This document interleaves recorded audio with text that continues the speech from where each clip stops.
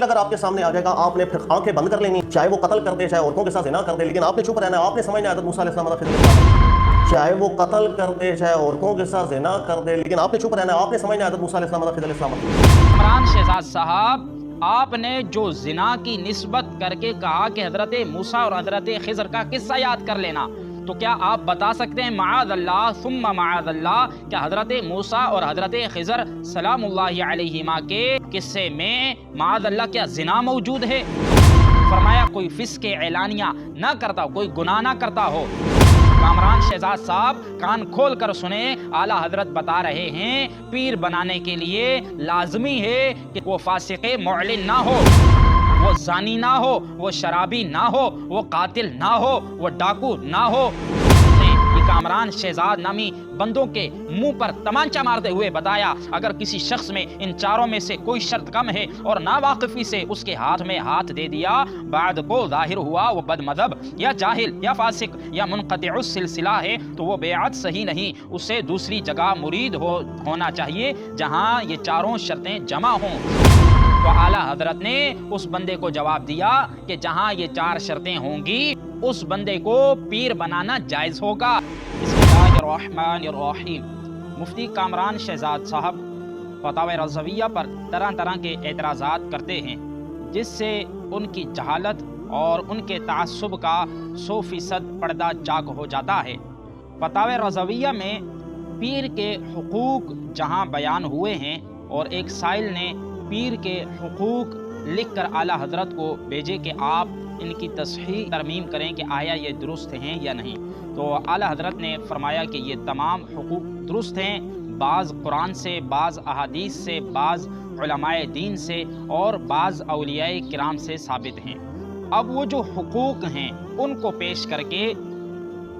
کامران شہزاد نے یہ ثابت کرنے کی کوشش کی کہ فتاوی رضویہ یہ مکسچر ہے اور اس میں غلو ہے اور اس میں اس طرح کی باتیں ہیں کہ جس کی وجہ سے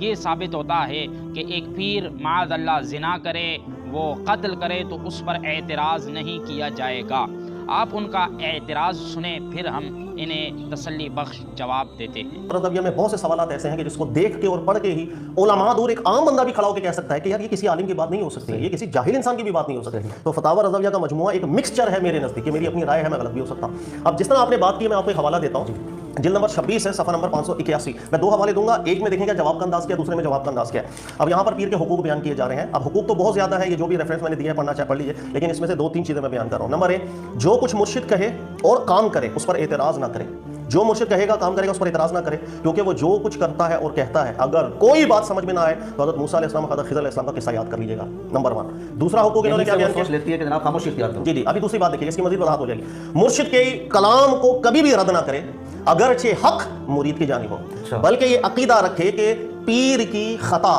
میرے ثواب سے بہتر ہے، میری درستگی سے پیر کی خطا بہتر ہے. یہ جو 2 حقوق میں نے بیان کیے ہیں اس پر جواب دیتے ہوئے انہوں نے ذکر کیا کہ یہ تمام حقوق صحیح ہیں، ان میں سے بعض قرآن سے بھی ثابت ہے، احادیث سے ثابت ہے، بعض کلمات علماء سے بھی ثابت ہے. اب سوال یہاں پر یہ ہے کہ لوگوں کو دیکھے گا کیا ذہن بننا ہے کہ پیر جو بھی کام کرے اس پر کبھی اعتراض نہیں کرنا. اگر اعتراض دل میں آئے بھی تو حضرت موسیٰ علیہ السلام حضرت خضر علیہ السلام کا واقعہ اپنے دماغ میں لے آنا. دوسری بات یہ کہ اگر پیر غلطی پر بھی ہوگا اور آپ حق پر ہو تو آپ یہ سمجھے گا وہ غلطی پر رہ کر بھی میرے حق پر ہونے سے بھی بہتر ہے، لہذا کوئی اعتراض نہیں. اب جب یہ چیز آپ نے مریدوں کو بیان کر دی اور لوگوں کو یہ بتایا قرآن سے بھی ثابت ہے، حدیثوں سے بھی ثابت ہے حقوق، ایمانداری سے بتائیے گا پیر کی غلطی دیکھتے ہوئے کون اصلاح کرے گا؟ پیر اگر آپ کے سامنے آ جائے گا آپ نے پھر آنکھیں بند کر لینی ہے، پھر یہ سمجھنا ہے کہ وہ حق پر ہے، میں حق پر ہوں، وہ غلطی پر ہے، پھر بھی وہ افضل ہے. آپ نے اعتراض نہیں کرنا ہے، وہ بڑے سے بڑا کام کر دے آپ نے سمجھ جانا ہے حضرت موسیٰ علیہ السلام خضر علیہ السلام والا واقعہ سمجھ جانا ہے، چاہے وہ قتل کر دے چاہے عورتوں کے ساتھ زنا کر دے، لیکن آپ نے چپ رہنا ہے. آپ نے سمجھنا ہے حضرت موسیٰ علیہ السلام خضر علیہ السلام. آپ نے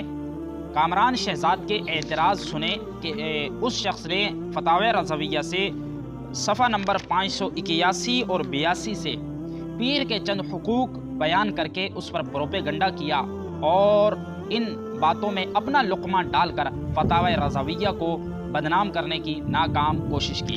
اس شخص نے فتاوی رضویہ سے ایک حق مرشد کا یہ پڑھا کہ جو کچھ مرشد کہے اور کرے اس پر اعتراض نہ کرے، کیونکہ جو کچھ وہ کرتا ہے اور کہتا ہے اگر کوئی بات سمجھ میں نہ آئے تو حضرت موسیٰ اور حضرت خضر کا قصہ یاد کر لے۔ اور دوسرے نمبر پر کہا، دیکھیے کہا کہ مرشد کے کلام کو رد نہ کرے اگرچہ حق مرید کی جانب ہو، بلکہ اعتقاد کرے کہ شیخ کی خطا میرے ثواب سے بہتر ہے۔ کہا یہ دیکھو یہ حقوق بیان کیے، پھر اعلیٰ حضرت نے کہا بعض قرآن کریم سے یہ ثابت ہیں، بعض احادیث سے، بعض علماء دین سے، بعض اولیاء کرام سے۔ تو کہا دیکھو ان حقوق میں یہ بتایا جا رہا ہے بلے پیر جو کچھ بھی کرے آپ نے اس پر اعتراض نہیں کرنا، اسے کچھ نہیں کہنا ہے، وہ جو چاہے کرتا رہے، آپ نے خاموش رہنا ہے۔ اور پھر اس کامران نامی بندے نے اعلیٰ حضرت کے بغض میں حضرت موسیٰ اور حضرت خضر علیہ السلام کی بھی گستاخی کر دی۔